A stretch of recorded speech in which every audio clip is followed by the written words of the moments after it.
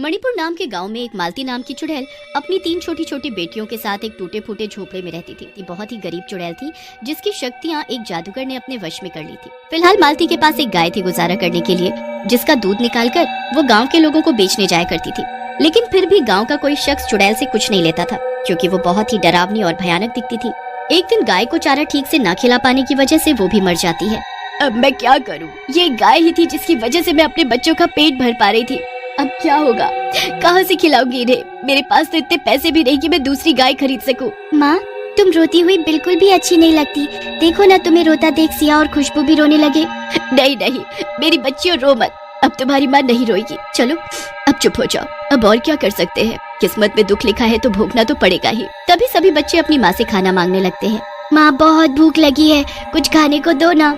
मुझे भी खाना दो, मुझको भी भूख लगी है। अरे, मैं तो इस गाय के चक्कर में सब भूल ही गई कि घर में तो अन्न का एक दाना भी नहीं है। आज भी दूध नहीं बिका तो पैसे कहाँ से आएंगे, और पैसे नहीं होंगे तो खाना कहाँ से आएगा?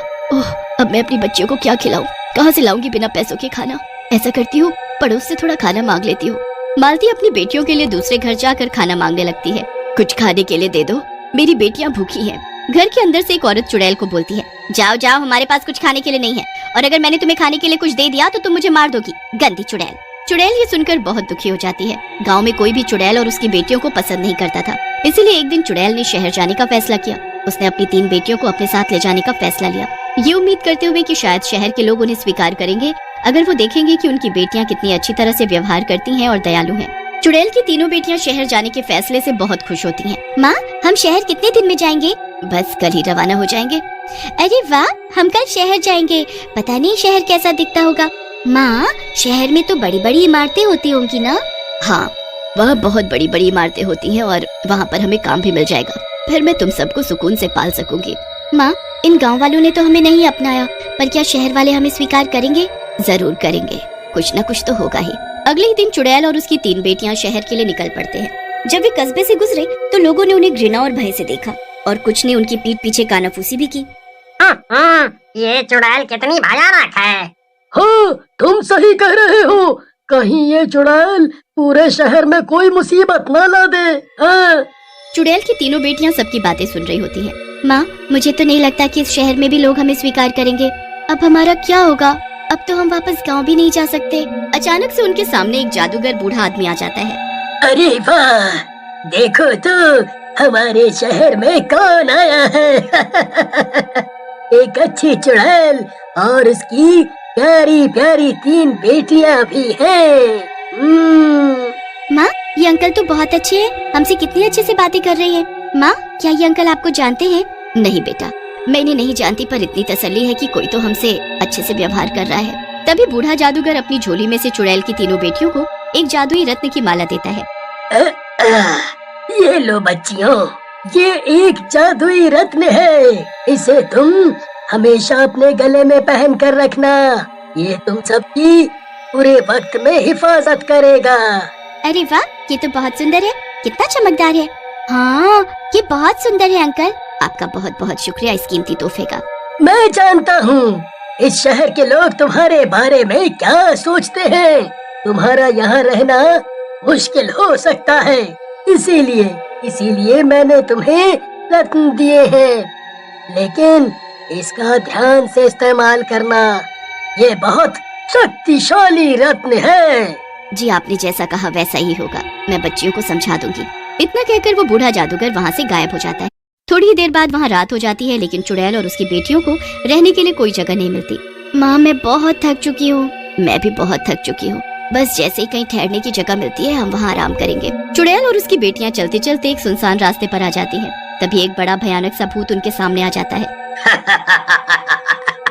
अरे वाह, इतने दिनों बाद मुझे कोई शिकार मिला है, वो भी इतने सारे। हमारा रास्ता छोड़ो। अरे ऐसे कैसे जाने दूं? मैं पूरे 1 महीने से भूखा हूँ, क्योंकि मुझे कोई शिकार मिला ही नहीं खाने के लिए। लेकिन अब तुम आ गए हो, अब मैं अपनी भूख मिटा सकता हूँ। और ये 3 छोटी छोटी लड़कियाँ, ताजा ताजा मांस खाने में बड़ा मजा आएगा। मेरी बच्चियों और मेरा पीछा छोड़ दो, नहीं तो अच्छा नहीं होगा, हमें जाने दो। चुड़ैल की बेटियां उस भूत को देखकर बहुत तेज तेज रोने लगती हैं। तभी उनके गले में वो बूढ़े जादूगर की दी हुई वो रत्न की माला चमकने लगती है और उसमें बहुत तेज रोशनी निकलने लगती है जो उस भूत की आंखों में चुभने लगती है। फिर भूत उन सब से डर कर वहाँ से भाग जाता है। अरे वाह माँ, उन बूढ़े अंकल ने तो बड़े मजे का तोहफा दिया है। हाँ माँ, कैसे वो भूत दम दबाकर भाग गया। भला हो उस बूढ़े जादूगर का। एक दिन चुड़ैल अपनी बेटियों के साथ एक सड़क से गुजर रही थी। तभी वो देखती है कि एक घर में आग लगी हुई है। अरे माँ देखो, उस घर में कितनी भयानक आग लगी हुई है। हाँ बेटा, पता नहीं ये आग कैसे लग गई यहाँ पर। तभी चुड़ैल देखती है कि एक औरत उस घर के बाहर खड़े होकर मदद के लिए लोगों को पुकार रही है। मेरी मदद करो, मेरी बेटी अंदर उस घर में है, मेरी मदद करो। माँ, हमें उनकी मदद करनी चाहिए। हाँ माँ, हमें इस जादुई रत्न की मदद से उसकी बेटी को बाहर लाना चाहिए। तुम सही कह रही हो, लेकिन कहीं मदद करने के चक्कर में तुम्हें कुछ ना हो जाए। माँ, हमें कुछ नहीं होगा, ये रत्न हमें बचा लेगा।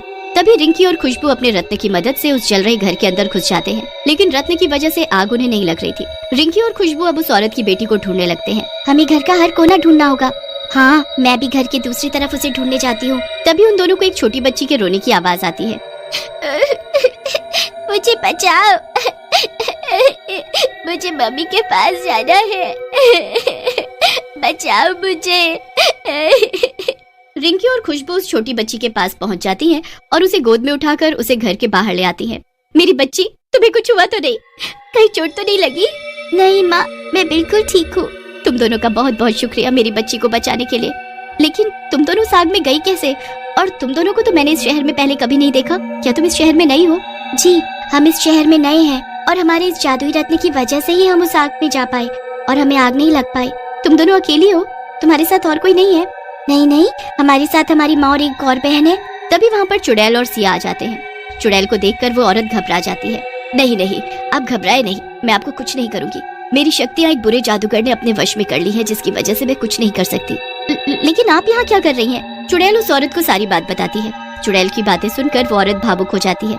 मेरा इस शहर में एक और बड़ा घर है, क्योंकि अब ये घर जल गया है तो अब मैं और मेरी बेटी उसी घर में रहने जाएंगे। आपके पास भी कोई रहने का ठिकाना नहीं है, तो आप लोग हमारे साथ उस घर में रहिए। नहीं नहीं, इसकी क्या जरूरत है? आपकी बेटी ने मुझ पर बहुत बड़ा एहसान किया है मेरी बेटी को बचाकर। इस एहसान को तो मैं पूरी जिंदगी भी नहीं उतार सकती, इसीलिए मैं आपकी मदद करना चाहती हूँ। मुझे बहुत अच्छा लगेगा अगर आप मेरे साथ मेरे घर चलेंगी तो। चुड़ैल उस औरत के साथ जाने के लिए राजी हो जाती है और चुड़ैल और उसकी बेटी को अब पनाह भी मिल जाती है। उस दिन के बाद से वो गरीब चुड़ैल की तीनों बेटियां उस शहर के लोगों की अपनी उस जादुई रत्न की मदद से रक्षा करने लगी, जिसकी वजह से पूरा शहर चुड़ैल और उसकी तीनों बेटियों का बहुत सम्मान करता था। कभी वो तीनों बेटियां किसी के घर चोरी होने से बचाती थी और चोर को पुलिस के हवाले कर देती थी, तो कभी किसी भूखे व्यक्ति को जादू से खाना पेश कर दिया करती थी। उसके बाद से गरीब चुड़ैल और उसकी तीनों बेटियां ये जानकर हमेशा खुश रहने लगी कि उनके पास खुद को और दूसरों की रक्षा करने की शक्ति